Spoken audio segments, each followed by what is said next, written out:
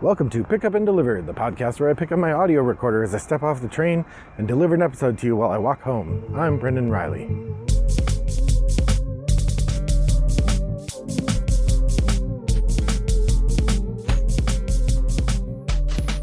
Well, sometimes it takes a little effort to get back in the swing of things. I was looking today and it looks like I published the episode of the podcast that I worked on last on Friday, I think, on the podcast feed, but I didn't publish it on our website. So I apologize if you were looking for the game page. I am now recording another episode. We'll see when this one gets published. I have to be a little more, I have to get in the swing of things again. Now that I'm teaching, it just takes a little bit more careful thought to figure out how to make all this work. Well, nice to talk to you today. It's time for a board game espresso triple shot. For those of you new to the podcast, a board game espresso triple shot is an episode where I pour some metaphorical coffee for us to share, and we listen to we talk about 3 games I've played recently for the first time. And then usually one other game that I played, either that I dusted off, or sometimes, as with today, an expansion I tried for the first time. So that's the idea. These are sort of in the neighborhood of reviews, but think of them as first impressions. Right, I haven't played these games long enough to have, or often enough to have a review of them yet. Instead, it's just an idea of the game, and here I am to share it. So for the first game I want to talk about, this is the second to last game in the July spread of games. I have 2 left, and then we'll get into the August games today. So this is Gartenbau. Gartenbau is published by 25th Century Games with designers David Abelson and Alex Johns. Behind the wheel. I did not write down the names of the artists, my apologies. Gartenbau is a lovely little plant-themed game in which you are raising plants. The game has a circular board with a variety of different icons on the board and these plant cards that you can pick up. The idea of the game is that on your turn you're going to move your piece a certain number of spaces. I forget if it's been a little while, so I forget exactly what determines when you get to move your piece. But you're going to move your piece around this circular board, and then you're either going to take tiles of these different plants, or you're going to take resources which you use to pay for the bigger plants and for the tiles. Then in the space in front of you, whenever you take these tiles for plants, which are called seedlings, you're going to lay them out in a grid, and then in the grid, you're putting different kinds of plants next to each other. It's got a kind of domino feel to it. The plant tiles are doubled, and so you're sort of paying attention to which kinds of plants you're taking and where you're placing them as a way of coordinating which plants you're going to grow. And then sometimes you can also take these bigger plants that will cover up the smaller ones if they have the right pattern, and then you get more points for the bigger ones that you've taken. All in all, it's a sort of set collection game with a relatively simple economic element where you're gathering the resources. So there's an efficiency element and a race element to it, as well as you're trying to get these plants before your opponents do. There's a little bit of tactics in terms of deciding which tile to take, and there are some resources you can spend to kind of jump the line so that you don't have to take the next tile. You could skip around to the different side of the board and take a tile that's better for your process. Overall, it was a pretty good game. Definitely in the category of happy to play, don't need to buy for me. If somebody else suggests this, or if you're looking for a plant-themed set collection game that would be good for a variety of skill sets in gaming, both people experienced and relatively new, this one would be a good one to pick up. I've only played it once, but it does feel like the kind of game that will be pretty much the same every time you play it. I'm reminded a little bit of some J. Alex Kevern games like World's Fair 1893, in which the mechanisms allow for interesting tactical decisions, but the game is pretty much the same every time. But again, I've only played it once. Maybe it does reveal different things as you play more. There might also be additional cards or modules that we didn't mix in. It wasn't my game, so I didn't explore the box as thoroughly as I could have. Nonetheless, well worth a try if you get a chance, and perhaps a buy if you're somebody who's really into plant-themed games. That is Gartenbau. Next up, I want to talk a little bit about Haven. Haven is a game published by Red Raven Games from designer Elf Siegert and art, of course, by Ryan Lockett. Now, if you don't know Red Raven Games, Elf Siegert is I think a copy editor for them, but he also does development work and occasional game design.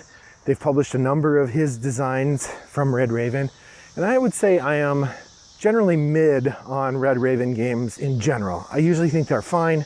I have only bought a couple of them, and neither of them has stayed in my collection for very long. I think I owned 8 Minute Empire Legends at one point, and I owned Dingo's Dreams at one point, both of which moved on. Dingo's Dreams actually was an Elf Siegert game, is an Elf Siegert game, and I did enjoy it. But again, it's one of those games that's fine, but not exceptional. Haven is in the same boat. This is an area control game just for 2 players. And in the game, you are either playing as nature or as the city, and you are trying to develop your faction's control of this fantasy world. There are these elemental creatures whom you are trying to get favor with, and that favor will help you gain control. I will be honest, I don't remember a lot about how this game played. I went and looked up the cards and stuff, and it is, as I remember, quite beautiful, but the gameplay just did not stick in my head. And I thought about like taking a little extra time and going and reading a detailed description of the rules, or even downloading the rule book and looking at it. But I thought maybe the fact that I can hardly remember the gameplay a month after I've played it also speaks to my experience of the game, which was, it was fine. I remember thinking it was reasonably fun, and that if I got a chance to play again, I probably would. But once again, not a game I'd feel driven to play, and obviously somewhat forgettable for me in terms of the gameplay. Not to say it's bad, but it didn't click for me. I will say the person I played it with had it for a while, and he had not had a chance to play it either. So when we played together, we were playing it in terms of evaluating whether it's something he wants to keep or not. And he also decided he didn't need to keep it. It was going on his seller trade pile. So I guess that speaks to it was fine.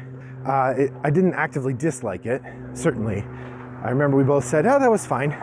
This might be one of the places where, being somebody who's been in the hobby as long as I have, or as into the hobby as I am, the sort of the games that are fine end up being less exciting because I've seen enough fine games, which is an interesting issue to have. You know, if this is a game where the theme or the art really appeals to you, it might really grab your attention. The gameplay appeals to different people in different ways, and this one might appeal to you. So I would recommend trying if you get a chance, but certainly isn't coming into my collection. Even as if I had told my friend, oh, I'd really like this, can I have it?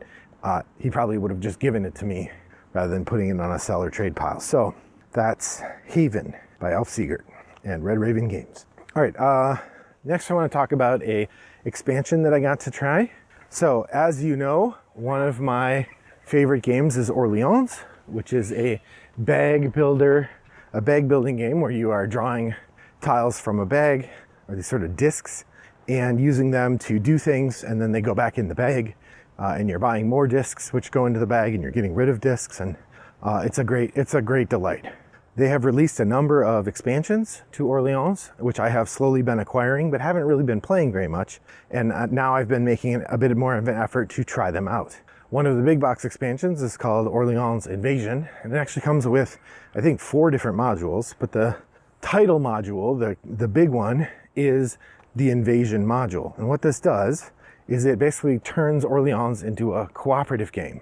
Instead of competing to accomplish things, you, as a group, have a list of goals that the entire group needs to work together to accomplish. And if you don't accomplish them by the end of the game, then when the invaders show up, the Orleans region is not ready to repel them, and you lose.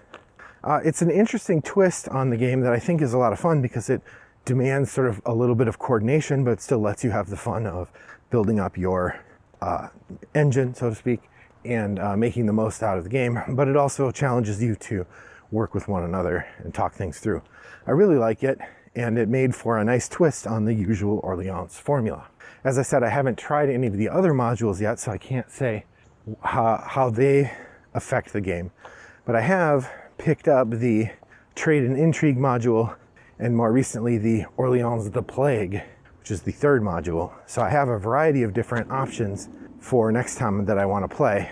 Those are both expansions. I also still have the original Invasion mod expansion that has different modules I haven't tried yet. So a lot of variety available in Orleans if I'm looking to try some of those additional things. And I'm hoping I'll be able to, because now that Orleans is in beta or alpha testing in Board Game Arena, I've started playing it there, and I'm hoping to get to play it a few times, or quite a bit there, so I can really get my feet wet with Rainer Stockhausen's amazing game, Orleans.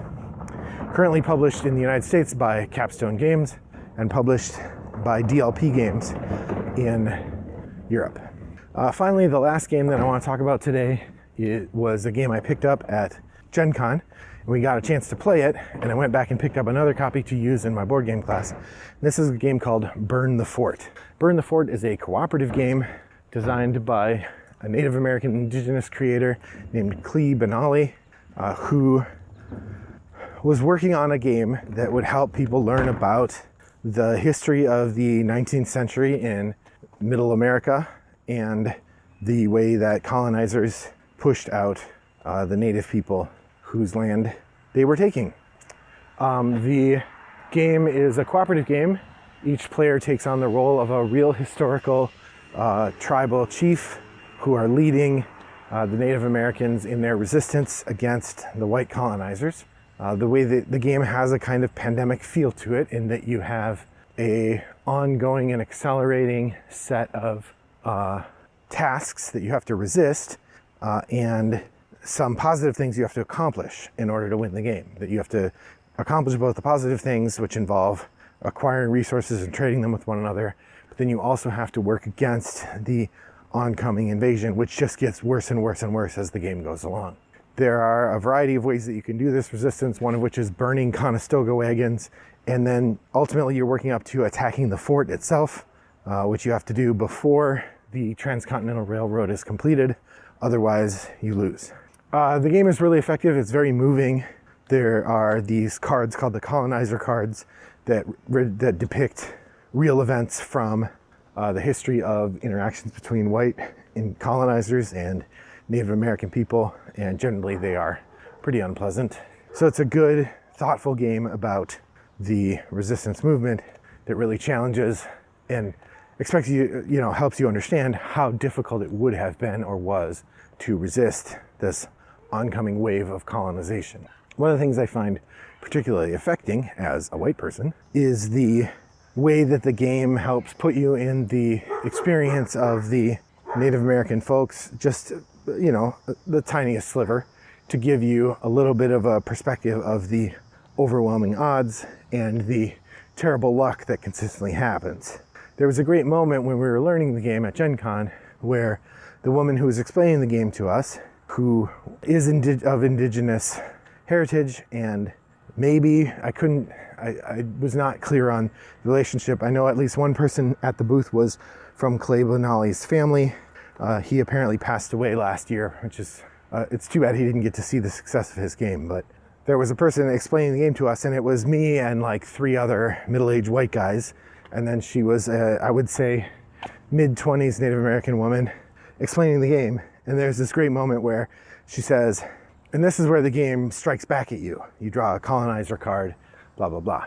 And I had this great moment of cognitive recognition in which her intended meaning, I think, was this is how the game is difficult. The game, the puzzle of the game, the challenge of the game is when you draw these colonizer cards. But there was an extra frisson of secondary meaning, which I didn't get the impression that she was intending, but it was there nonetheless, which was this is how the game speaks to you, person of white heritage, or helps educate you about the experience of my people. So that when she said, this is how the game strikes back at you, it felt a little bit like she's saying, this is how the game strikes back at you, Brendan, white person, which was very effective, frankly. And I think it's a really useful tool. It reminds me a little bit of Freedom, the Underground Railroad, which I will confess I haven't played, but the effect is similar as I understand it, in terms of helping to build a sense of empathetic agency through the experience of gameplay. It's really effective, and I recommend you play it if you get a chance. It's called Burn the Fort. You can look it up if you Google Burn the Fort board game. They have a whole website about it, and I think you can order it, although I think they're doing a reprint right now. So that is my third game that I get to talk about today, which brings me to the end of my Board Game Espresso episode. What games have you been playing lately? Head over to Board Game Geek Guild 3269 and share the games there. You can contact me by sending me a direct message there. Wombat929 is my username. You can also email me, brendan@rattleboxgames.com, and I'll get back to you when I can. Thanks for joining me on my walk today. I hope your next walk is as pleasant as mine was. Bye-bye.